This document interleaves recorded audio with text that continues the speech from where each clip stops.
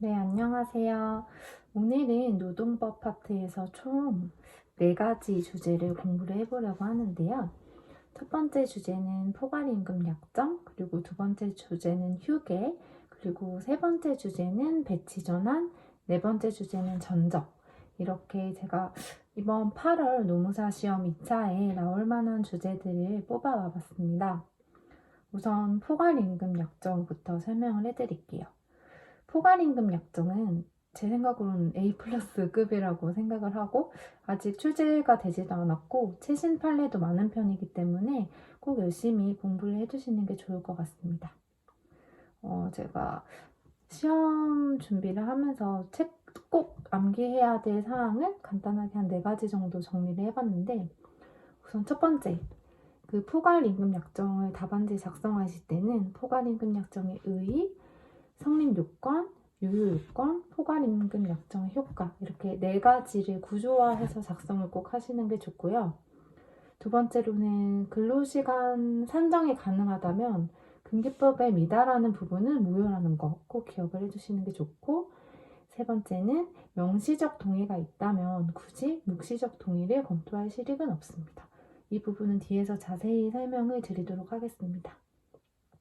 그리고 네 번째로는 포괄임금 약정 성립이 부정이 된다면 포괄임금 계약 자체가 없는 것이고, 그리고 그렇게 된다면 근기법의 원칙에 근거한 임금을 지급해야 한다.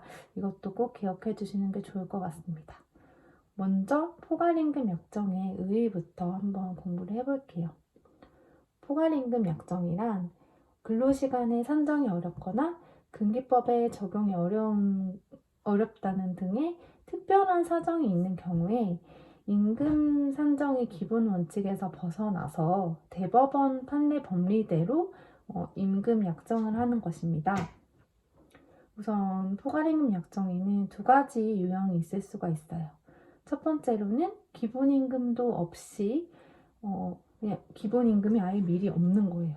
기본임금 플러스 제수당 그 전체를 월 급여액으로 산정하는 경우 하나, 그리고 두 번째 경우는 기본임금은 정해져 있는데 그 플러스 일정액을 제수당으로 지급을 하는 유형 하나, 이렇게 2가지 유형이 있고요. 이 두 유형 모두 포괄임금 계약이라면 근로시간의 수에 상관이 없이 지급하는 내용의 임금 계약입니다. 즉, 원래는 근로기준법에서는 기본임금이 존재를 하고 그 가산임금을 지급을 해야 되잖아요. 실제 근로시간 수를 계산을 해서. 그렇지만 근로시간 수에 상관없이 지급하는 내용의 임금 계약이고, 이게 예외적인 부분이에요. 법의 규정이 명확히 있는데 판례 법리로 근기법의 강행 규정의 예외를 인정하는 부분이기 때문에 굉장히 엄격하고 좀 꼼꼼하게 따져봐야 하는 부분입니다. 그리고 다음으로 근로기준법상 임금 산정의 기본 원칙을 한번 공부를 해보자면, 근로기준법 제17조에 근로계약을 체결할 때 근로조건에 명시가 돼 있어야 되는 부분과 근로기준법 56조, 그리고 시행령 6조, 통상임금에 관한 시행령에 따르면 우선 근로계약을 상호적으로 체결을 할 때는 기본임금이 결정이 되어야 하고, 그 기본임금을 기초로 실제로 근무한 근로시간을 바탕으로 그 초과 근무가 발생을 하였다면 그에 상응하는 수당을 지급하여야 합니다. 이 부분을 좀 빼먹을 수 있으니까 기본 원칙 꼭 작성을 해주셔야 됩니다. 그렇다면 이제 포괄임금 계약이 어떻게 성립을 하는지, 포괄임금 계약의 체결과 성립 요건을 살펴보겠습니다. 이제 일반적인 판단 기준으로는 단체 협약이나 취업 규칙 내용의 포괄임금 계약이 성립이 되었는지, 그리고 근로시간을 산정을 할 수 있는지, 근로 형태, 근무 내용의 성질, 그리고 임금의 산정 방법 등을 종합적으로 고려를 하여 구체적으로 판단을 해야 되고요. 또 여기에 플러스로 필요한 것이 근로자의 동의입니다. 근로기준법 17조에 따라서 근로기준법 17조는 아까 말씀드렸듯이 근로조건에 명시가 꼭 돼야 된다는 그런 임금 항목이 있었고요. 그리고 근로기준법 그 17조에 따라서 추가 수당을 청구하지 않겠다는 명시적 동의가 반드시 필요합니다. 단순히 단체협약에 대한 취업규칙 내용만으로는 합의를 했다고 볼 수가 없어요. 그런데 이렇게 명시적인 합의가 존재하지 않는 경우에 이제 묵시적인 합의가 존재하는지 또 따져볼 수가 있는데요. 이때도 근로시간을 정확히 선정하는 것이 곤란하다든지 일정한 연장 야간 휴일 근로가 예상된다는 실질적인 필요성이 있어야 되고, 그리고 추가 지급을 하지 않겠다는 것에 관한 합의가 객관적으로 인정이 되어야 됩니다. 즉 명시적 동의가 없어도 묵시적인 합의가 있었다고 인정이 되려면 또 실질적인 필요성, 그리고 객관적으로 인정될 만한 합의가 있었다는 사정, 이게 또 추가적으로 필요합니다.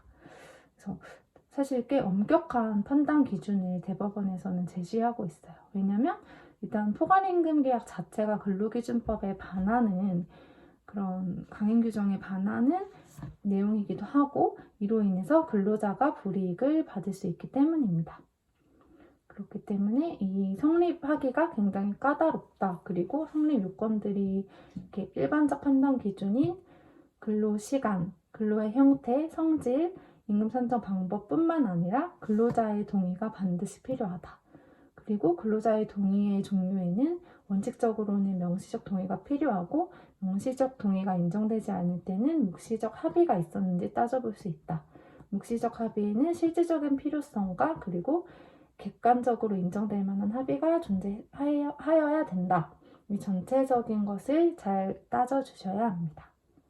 그 다음에 포괄임금 계약이 성립이 됐다고 끝이 아니고 그 계약이 유효하게 발생을 하려면 또 두 가지 조건이 필요합니다. 첫 번째로 근로시간 산정이 어려울 것. 감시 단속 근로자 있죠. 감시 단속적 근로자 같이 근로시간 산정이 어려운 경우를 제외하고, 근로시간 산정이 정말 어려울 경우에만 포괄임금 약정이 허용된다는 것입니다. 그래서 근로시간 산정이 충분히 가능한데 이렇게 포괄임금 계약이 성립이 되면, 성립이 동의를 명시적 동의가 있었다고 하더라도 이제 유효하지가 않게 되겠죠. 그래서 근로시간 산정이 가능할 때는 근기법상 임금 지급 원칙을 따라야 합니다. 그리고 두 번째 조건으로는 근로자에게 불이익이 없어야 됩니다. 포괄임금이 근로시간에 기초해서 근기법에 따라 선정한 금액보다 적을 경우 정산을 할 수 있는가, 이 부분을 판단을 해주셔야 됩니다. 그 다음으로 포괄임금 계약의 법적 효과를 살펴보도록 할게요. 만약에 포괄임금 계약이 유효일 경우, 유효라면 포괄임금 계약의 유효성이 인정이 된다면 근로시간 수에 상관이 없이 그 포괄임금을 근로자가 받는 것이고, 실제적인 기준으로 보다 초과 근로를 했더라도 근로자는 사용자에게 차익을 청구할 수가 없습니다. 그렇지만 포괄임금 약정이 무효일 경우에는 근로기준법 산정 기준에 따라서 임금을 지급을 해야 되겠죠. 그렇기 때문에 법적 수당이 근기법 산정 기준보다 미달인 경우 그 차액에 해당하는 부분은 불이익으로 무효입니다. 네, 지금까지 포괄임금 약정을 살펴보았는데 다시 이제 중요한 사항을 강조를 드려볼게요. 우선 포괄임금 약정 문제가 나온다면 머릿속으로 구조를 다시 한번 그려보셔야 되는데, 포괄임금 약정의 의의, 그리고 성립 요건, 유효 요건, 효과, 이 네 가지 내용 모두 빠짐없이 작성을 해주셔야 되고, 또 근로시간 산정이 가능하다면 근기법에 미달하는 계약 부분은 무효이다. 이 부분도 기억해 두시고, 그리고 그 케이스 자체에 그 근로자와 사용자 간에 포괄임금 약정에 관한 명시적인 동의가 있었다면 묵시적인 동의를 검토할 실익은 없으니까 그 부분은 간단하게만 적어주시면 될 것 같고요. 그리고 그 포괄임금 그 약정의 성립이 부정이 된다면 포괄임금 계약 자체도 유효하지 않은 것이기 때문에 금기법 원칙상을 근거하여 임금을 지급하여야 된다는 점 기억해 주시면 감사드리겠습니다. 그리고 다음에 공부할 부분은 휴게 시간입니다. 휴게 시간 역시 아직 출제된 바가 없고 A급 정도로 많은 강사님들이 뽑아주고 계세요. 근데 제가 휴게 시간을 좀 좋아하는데 이게 외우기도 쉽고 좀 내용이 간단한 편이라서 작성하기도 좀 쉬운 편입니다. 그래서 편하게 들어주시면 좋을 것 같아요. 휴게 시간 그 파트에서 제일 여러분들이 기억해 주셔야 할 포인트는 바로 사용자의 지휘 감독 여부라는 키워드입니다. 그리고 또 두 가지로, 두 번째는 이제 근로시간이라면 휴게시간이 아닌 근로시간으로 인정이 된다면 임금 청구가 가능하다는 것도 기억해 주시면 좋을 것 같아요. 그럼 휴게시간의 의의부터 한번 살펴보겠습니다. 휴게시간에 관한 근로기준법에는 조문이 존재하지 않거든요. 그래서 별도로 암기를 해주셔야 될 것 같아요. 휴게시간은 근로시간 도중에 사용자의 지휘감독 없이 근로자가 자유롭게 이용이 가능한 시간을 의미합니다. 근로시간 도중, 그리고 사용자의 지휘감독 없이, 그리고 근로자의 자율성, 세 가지 포인트가 있으니 암기하기 편하시겠죠? 그리고 휴게시간의 부여에 관해서 우리 근로기준법 54조 1항에서 휴게시간의 길이에 관한 규정을 정해놨어요. 근로시간이 4시간일 경우 휴게시간 30분 이상을 줘야 되고, 근로시간이 8시간인 경우에는 휴게시간을 1시간 이상 지급을 해야 됩니다. 그리고 이는 근로시간 도중에 반드시 주어야 하고요. 작업 전이나 작업 종료 후에 부여하는 것은 휴게시간이라고 볼 수가 없습니다. 그리고 두 번째는 자유이용의 원칙입니다. 근로기준법 54조 2항에서 이 휴게시간은 근로자가 자유롭게 이용하여야 한다는 원칙을 제시를 해주고 있습니다. 외출도 가능하고요. 그러나 직장 질서나 시설 유지 관리를 위해 외출 허가증을 끊는다든지 이런 것에 최소한의 제한 조치는 허용을 하고 있습니다. 그럼 휴게시간 부여의 변경 및 적용 제외 부분을 살펴보겠습니다. 근로기준법 59조에 운송업이라든지 보건업 같은 특수업종은 이런 휴게시간을 적법하게 변경이 가능합니다. 그러니까 이 휴게시간은 아까 말씀드린 4시간에 30분 부여, 근로시간 8시간에 1시간 부여, 이런 규정에 구애받지 않는다는 겁니다. 그리고 근로기준법 63조에 해당하는 근로자 역시 이 휴게시간에 적용을 받지 않습니다. 근로기준법 63조에 해당되는 근로자는 농림, 축수산업, 감시단속 근로자 등이 있습니다. 그럼 근로시간과 휴게시간을 어떻게 판단을 해야 될지 말씀드렸듯이 근로기준법상 판단 기준이 존재하지 않기 때문에 저희는 대법원의 판례를 분석을 해서 휴게시간과 근로시간을 구분을 하여야 되는데요. 우선 판례에 따르면 근로시간과 휴게시간을 어떻게 구별을 하고 있냐면, 일단 지휘 감독이 있다. 사용자의 지휘 감독이 있고 근로계약서에 따른 근로를 제공하는 것을 근로시간이라고 보고, 사용자의 지휘 감독 없이 근로자가 자유롭게 이용 가능한 시간을 휴게시간이라고 보고 있습니다. 그러면 이 두 가지를 구분하려면 어떤 요소나 요건들을 따져봐야 될지, 우선은 기본 원칙으로는 이 부분 마찬가지로 실질주의 원칙을 최우선적으로 고려를 하고 있는데요. 아무리 근로계약이나 취업규칙의 형식상으로 12시부터 1시는 휴게시간으로 한다고 하더라도 실질적으로 사용자의 지휘감독을 받는지 여부를 고려를 해야 된다고 판시를 하고 있습니다. 그리고 사실 이게 업종이나 사업장의 성격마다 다를 수 있으니 일률적으로 판단이 불가하다고 하여 구체적 판단 요소 한 6가지 정도를 제시를 하고 있는데요. 우선 취업 규칙이나 단체 협약에 따른 규정, 휴게 시간에 관한 규정이 어떻게 존재하는지, 그리고 근로자가 제공하는 업무 내용이 어떻게 되는지, 그리고 사업장에서 구체적인 업무 방식이 어떤지, 그리고 사용자가 휴게 시간 중에 간섭이 있었는지, 그리고 자유롭게 쉴 수 있는 휴게 공간, 휴게 장소가 구비가 되어 있는지, 그리고 이외에 그 사용자에 대해서 실질적으로 휴식이 방해받는 사정이 있었는지, 이 한 6가지 정도를 종합적으로 고려해서 판단을 하고 있습니다. 네, 휴게 시간은 좀 쉬운 편이죠. 다른 판례에 비해서 키워드도 간단하고 판단 요소들도 좀 쉬운 편입니다. 다시 정리를 해드리자면 제일 핵심 키워드는 사용자의 지휘 감독 여부가 있는지를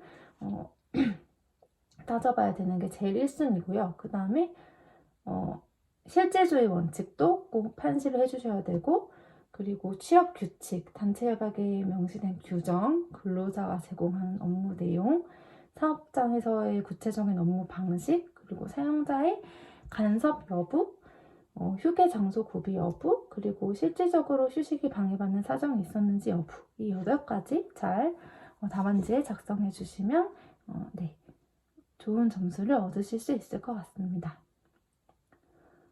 그 다음에는 배치 전환 파트를 한번 공부를 해보도록 할게요. 배치 전환은 전직, 전보라는 말과도 동의어입니다. 제가 또 중요한 내용 하나씩 좀 기억하셔야 될 내용 하나씩 꼽아드리자면 배치 전환, 전보, 전직, 전근 모두 동일한 판단 기준을 적용을 하고 있고요. 핵심 키워드는 업무상 필요성과 생활상 불이익의 비교 형량. 네, 다시 한번 강조드리자면 그 배치 전환을 해야 되는 업무상 필요성, 그리고 그 배치 전환으로 인해 피해받는 근로자의 생활상 불이익, 이 2가지를 비교하여 배치 전환의 정당성을 따져야 된다는 뜻입니다. 그리고 근무 장소나 담당 직무가 서로 근로계약을 체결할 때 특정되었는지 이것을 판단하면서 배치 전환의 정당성을 검토를 해야 합니다. 그럼 우선 하나씩 살펴볼게요. 배치 전환의 의의를 말씀을 드리자면 동일 기업 내에서 직무 내용이나 근무 장소를 상당히 장기간에 걸쳐서 변경을 하는 인사처분을 배치 전환이라고 합니다. 근로기준법 23조 1항에는 이런 근로자에게 배치 전환이나 이런 인사처분을 행할 경우 정당한 이유가 있어야 된다고 규정을 하고 있습니다. 이는 이제 인사처분으로 인해 받게 될 근로자의 불이익을 최대한 보호하려고 마련해 놓은 법적 규정이겠죠. 자, 배치 전환 명령의 법적 근거 한번 살펴보겠습니다.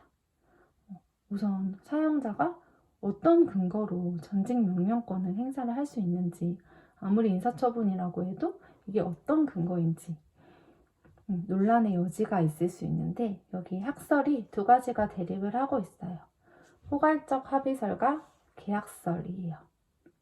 우선 포괄적 합의설은 근로자와 사용자가 계약할 때 이런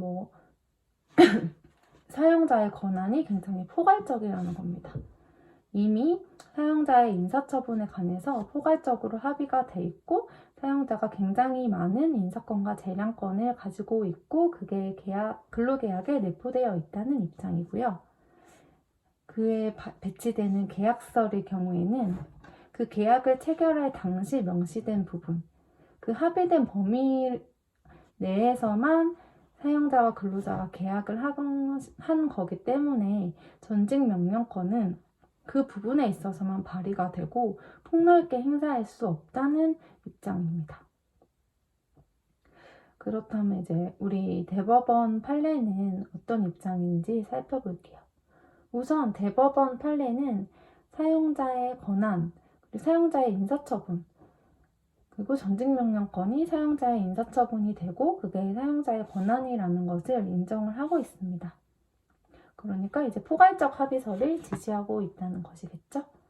그렇지만 이게 사용자의 권한이 너무나 막강해지면 근로자가 불이익을 받을 여지가 굉장히 커지기 때문에 이런 전직명령권이나 인사권을 행사함에 있어서 업무상의 필요와 아까 말씀드렸던 근로자의 불이익을 비교 형량하여서 결정을 해야 된다는 입장입니다.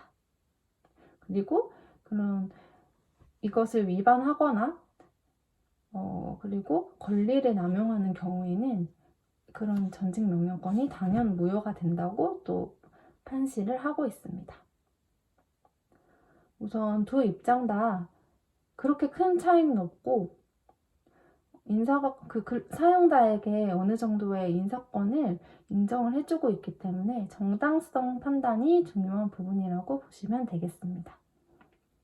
그러면 근로기준법 23조 1항에서 말하는 정당성, 이 정당성 판단을 어떻게 해야 될지 그 요건을 하나씩 따져보겠습니다. 우선 근로계약을 체결을 했을 때 직무 내용이나 근무지 약정인 경우가 없었을 경우, 그럴 경우에는 당연히 사용자에게 전직명령권이 인정이 되겠죠.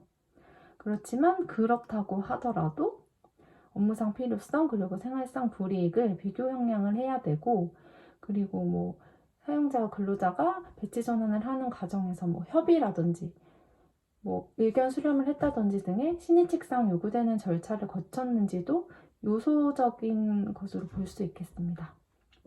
그러면 업무상 필요성을 어떻게 판단을 해야 될까요? 우선 인원 배치 변경의 필요성을 살펴볼 수 있고, 그리고 어떤 근로자를 포함해야 되는지 인원 선택의 합리성을 고려해 볼 수 있겠습니다. 그 인원 선택의 합리성에 있어서는 그 업무 능력의 증진이라든지 직장 질서 유지 등과 같은 이유도 합리성에 포함된다고 볼 수 있습니다. 그리고 다음으로는 생활상 불이익을 어떻게 판단을 할지, 우선 근로조건도 근로조건이겠지만 근로조건 외에 가족이라든지 사회생활 등과 같은 불이익도 포함을 하고 있습니다. 그런 불이익들이 통상적으로 감수하기 현저하게 어려운 정도에만 이게 정당하지 않다고 인정을 하고 있고요. 예를 들어서 그 회사가 이전을 해서 30분 정도 출퇴근 시간이 연장이 되는 경우에는 근로자가 물론 근로자 자신은 굉장히 힘들다고 느낄 수 있지만 대법원에서는 그런 불이익이 현저하다고 보기는 어렵다고 판단을 하고 있습니다. 그렇기 때문에 통상적으로 감수할 정도가 현저하지 않는다면 권리 남용이 아니다. 그것은 정당한 인사권이라고 보고 있습니다. 그리고 신의칙상 요구되는 절차는 하나의 요소이지 반드시 갖추어야 하는 요건은 아닙니다. 그렇기 때문에 이 절차가 없다고 하더라도 이런 배치 전환 명령이 바로 당연 무효가 되는 건 아니라는 것 기억해 두시면 좋을 것 같습니다.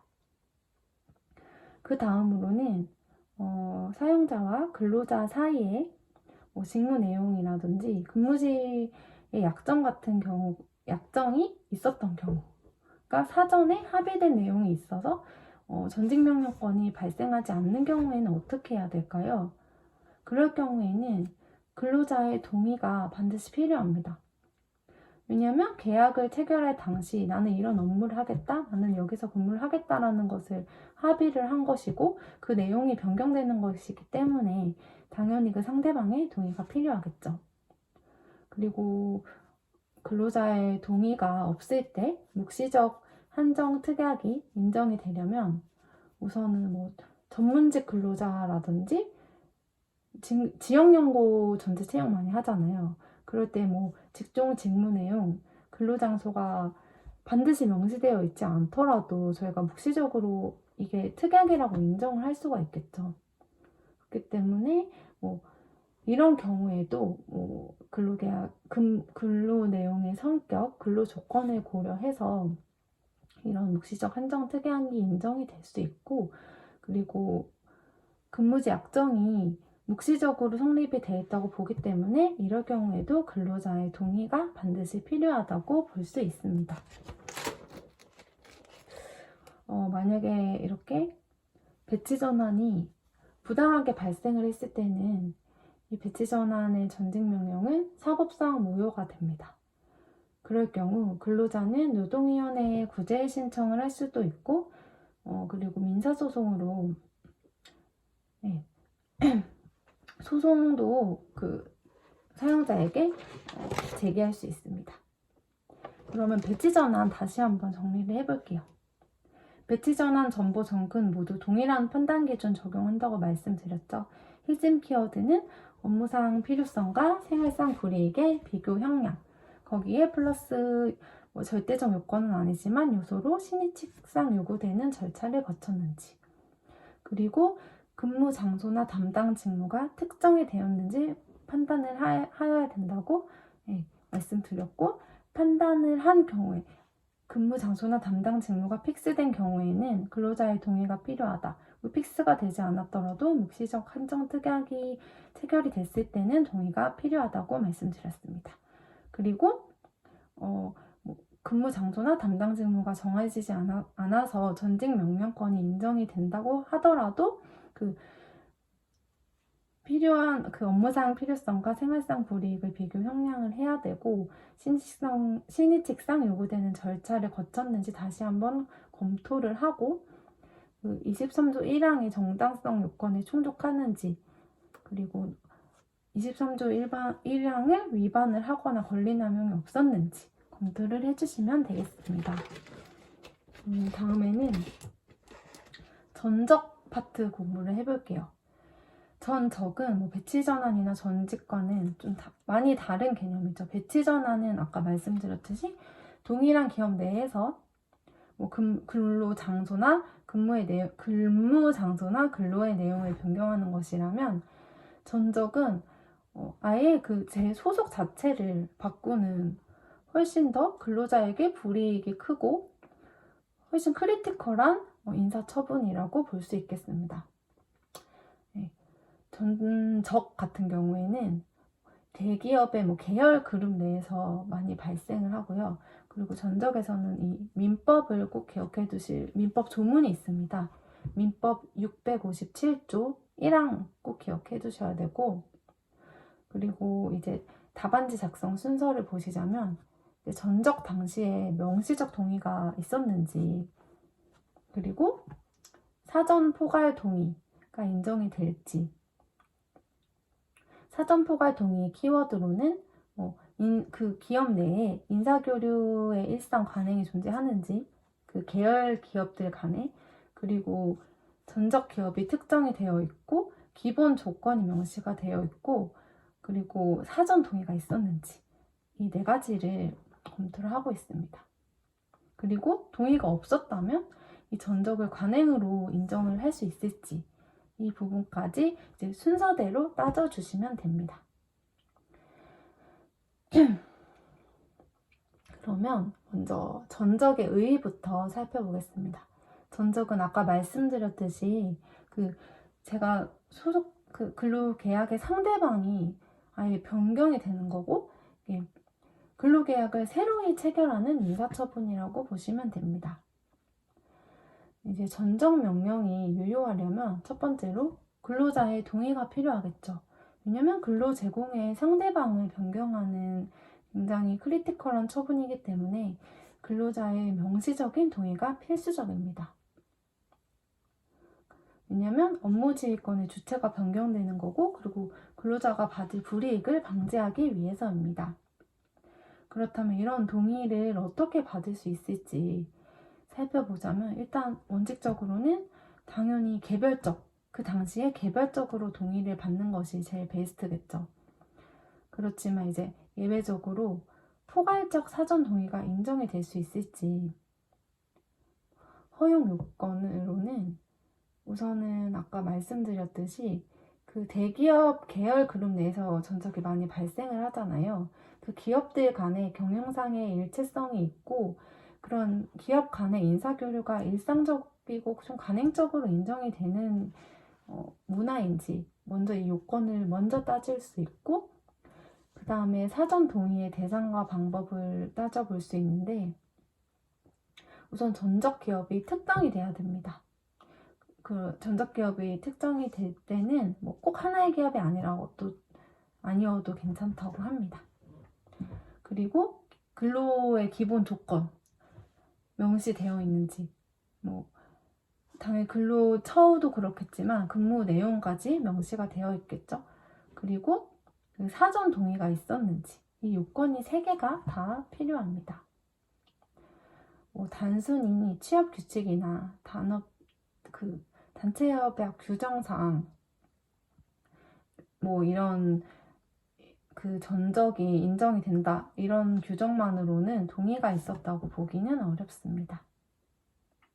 그리고 만약에 명시적 동의도 없었다, 그리고 사전적인 동의도 없었다, 이럴 경우에 관행이 인정이 될지 이 최후의 수단이라고 생각을 해주시면 되는데, 그 관행이 근로계약의 내용이 되려면 어떻게 해야 될지 저는 이제 2문자로 외우고 있는데, 규사 명승 당사 재확이라고 이렇게 외우고 있습니다. 그런 전적 사실 자체가 그 근로계약의 내용이 되려면 기업 내부에서 규범적 사실로 명확하게 승인이 되어 있거나, 아니면 그 기업 관계자가 아무도 의의를 제기하지 않고 당연히 사실상 제도로 확립이 되었을 때 이게 관행이라고 볼 수 있겠죠.